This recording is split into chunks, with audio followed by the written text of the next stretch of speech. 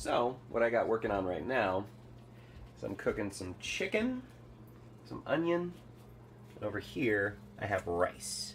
Now the rice has a bit more time to go, about 7 minutes. I don't know if that looks backwards since I'm having it face me, the camera, not you. Anyway, so what I'm going to do is I'm going to fry the chicken in the pan with a little bit of oil. You don't want to use too much oil because that can saturate it too much and it can add more calories that are unnecessary. Then I'm going to add in the onions afterwards, and once all of that's cooked, I can't decide whether I want to put it in a tortilla to make like a fajita burrito thing, or if I actually just want to have it in a bowl and do it more like Chipotle style. So, I don't know. We'll find out. So, what I got working on right now is I'm cooking some chicken, some onion, and over here I have rice. Now the rice has a bit more time to go, about 7 minutes. I don't know if that looks backwards since I'm having it face me, the camera, not you. Anyway, so what I'm going to do is I'm going to fry the chicken in the pan with a little bit of oil. You don't want to use too much oil because that can saturate it too much and it can add more calories that are unnecessary.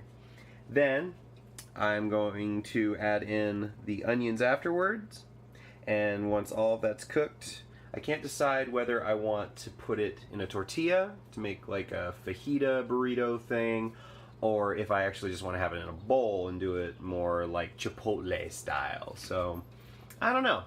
We'll find out. Okay, so the pan is nice and hot.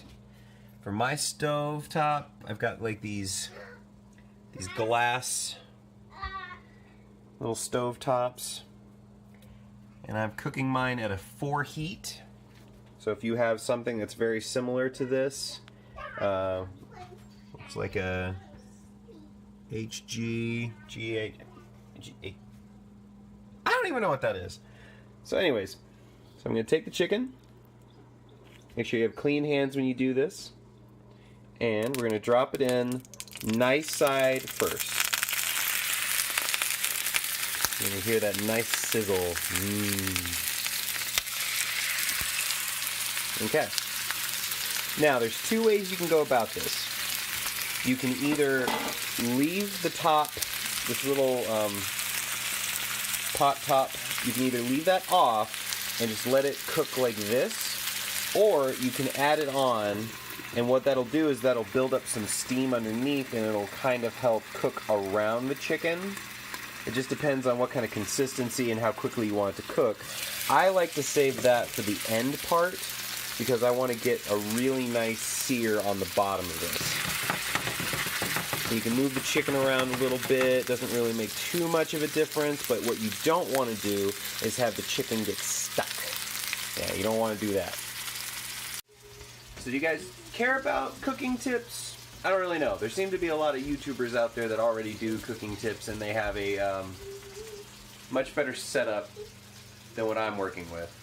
I'm working out of my home, so for me, this is about as nice as it's going to get.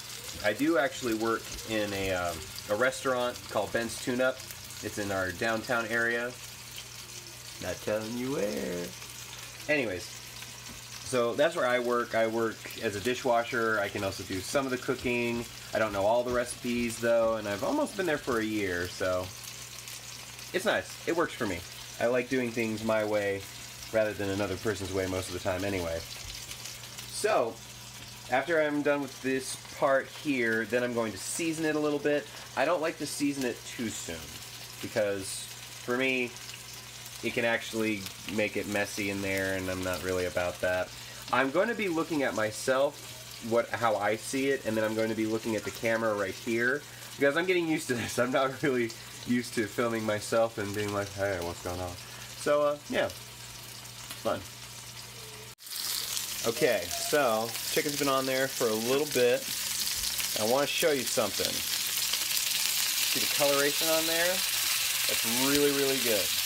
That's the coloration that we like to see, or I like to see. We're not a we yet, and even if we were a we, I don't know how we'd work out. But anyways, it's a really good coloration. I went ahead and seasoned the top with just salt and pepper.